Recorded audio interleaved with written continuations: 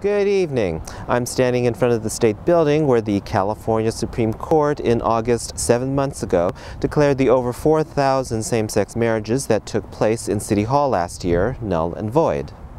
But today, in the San Francisco Superior Court behind me, Judge Richard Kramer declared in this 27-page ruling that no rational purpose exists for limiting marriage in this state to opposite-sex partners. The decision was a disappointment to opponents of same-sex marriage, but wedding bells to a very joyous gay community. Stuart Gaffney and John Lewis did not know whether the ruling would be in their favor. What went through my mind was, today's the day! Because we have been, on pins and needles, excitedly waiting, since December when the hearing was in this case. And every day there's been at least a little thought, is today the day? We are, on behalf of Assemblyman Mark Leno, I have a few words. We are extremely pleased that our hopeful expectations have been met by Judge Kramer. The San Francisco Superior Court joins 3 state Supreme Courts which have also ruled that there is no constitutional basis for denying marriage licenses to loving and committed same-sex couples.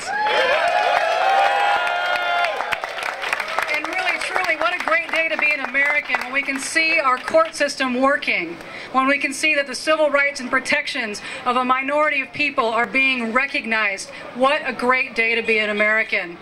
We will have these 1,138 federal rights that come with marriage, and we will have full equality in California. And it is because all of you care and you're giving a damn about gay marriage and you're out here today. And there is so much work to be done, as has been said by other speakers. We will continue in the courts with Dennis Herrera, with our courageous Mayor Gavin Newsom, who has stood up as a shining beacon of political courage in a world that finds that quality so rare these days, that he is here to stand up and speak with every ounce of his being for this cause. And let me tell you, I saw the smile on his face today when that decision came out, and he is extremely proud for San Francisco, and we're proud of him.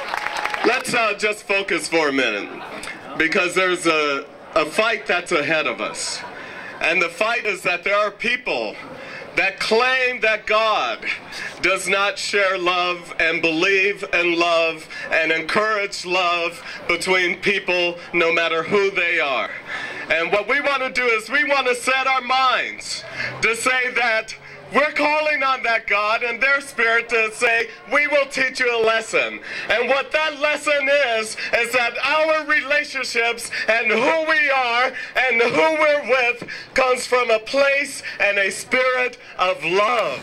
This movement is truly about sharing our humanity and sharing our stories. And we know on a political level, when people get to know lesbian and gay people and couples as their friends, their family, their neighbors, their co-workers, they see the common humanity and they see the need for equal rights.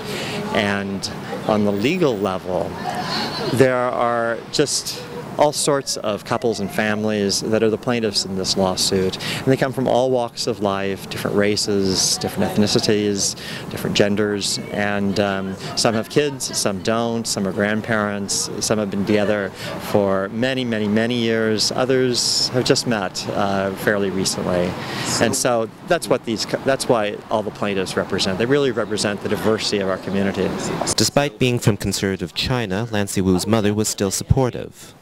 From the beginning, it's just hearing about the lawsuit and going, oh my God, you're going to be in public, in the papers, and just, it's for her a big deal. I mean, I give her a lot of credit to have to put up with what's going on and being culturally from China and just not used to this whole media attention, yeah. Marina Gatto is only 16 years old, but this daughter of a binational couple is destined to be in public office. My spirit of activism, I think I can't just name one source. I mean, definitely my mom's, because, they're the ones that really first introduced me, to the community and really rooted my love in the community. I mean, I grew up knowing so many great civil rights leaders, especially Harvey Milk.